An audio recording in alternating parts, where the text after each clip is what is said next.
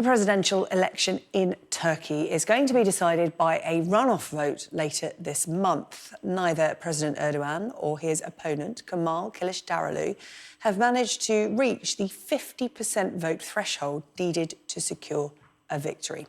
Well, with 99.8% of the votes now counted, President Erdogan has 49.51%, while Mr. Kılıçdaroğlu has 44.88%. They will now contest the runoff on May the 28th. Well, joining me now, Mustafa Aydın, Professor of International Relations at Kadir Has University in Istanbul. Good afternoon to you. Thank you so much for joining us here on Sky News. Talk to me about just how close run this first round is and what it tells us about the overall political picture in Turkey at the moment. As you can see from the figures, it was very close, the run.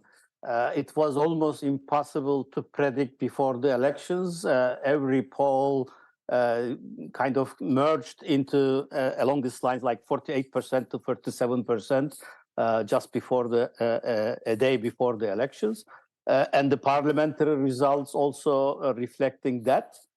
So it was very closely run election, and it seems that the Turkish public's division in general, political division, has been reflected in the results here. What about the next round of voting? How do you predict that to go? Because, you know, I think this first round tells us that Erdogan, you know, despite being in power for more than 20 years, and this being seen as his big challenge, a major challenge in this election, it does seem that his position is still strong. Talk to us about what happens at the end of the month. It was a very difficult run for the President Erdogan, that's for sure. His party has lost about 7% from the last elections, and even 14% if you consider the election before. However, they have managed to keep those votes within their own alliance system.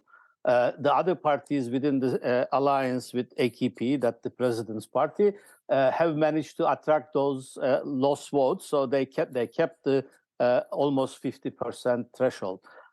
This is the second round. It might be even easier for President Erdogan because alliance already won the parliament with small majority, but nevertheless they won. And Erdogan also got about 5% lead to his closest contender. So this has given him a front-runner role with a psychological boost also, I would say. As you are already seeing now on TV, a small rally in front of the party last night. He was cheering his supporters and also giving them instructions on how to behave, what to do, while opposition leaders were not around really. I mean, they were many of them disappeared. Only the candidate Kemal Kılıçdaroğlu came out quite late in night and made a small statement. So they are now trying to recover from their what I would call over expectations. They had high expectations and wishful thinking that they could have won easily in this round. Can you give me an idea of what voters are going to the polls on in terms of the major issues in Turkey at the moment? We talk about soaring inflation. We tend to talk about that in every country around the world, but particularly in Turkey. Of course, the devastating after effects of the earthquake, you know, millions of Turks still homeless, 50,000 killed. And President Erdogan seen increasingly authoritarian over his 20 years in charge. What are people voting on? What's the sense that you get?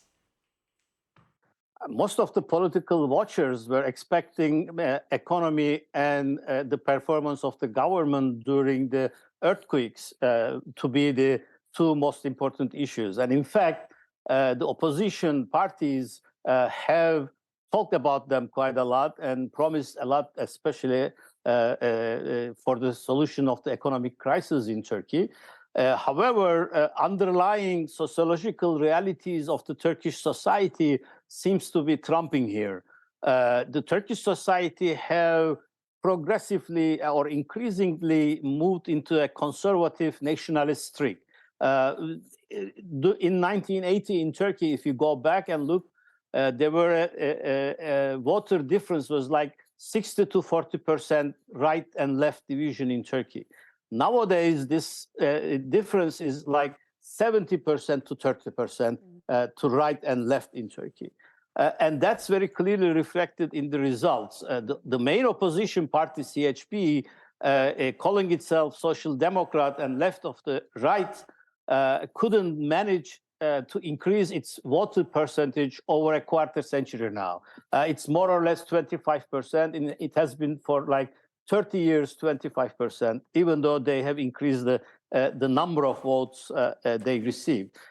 So obviously the identity, the people's identities, the conservatism, and part of it being religious conservatism and also nationalism is quite important.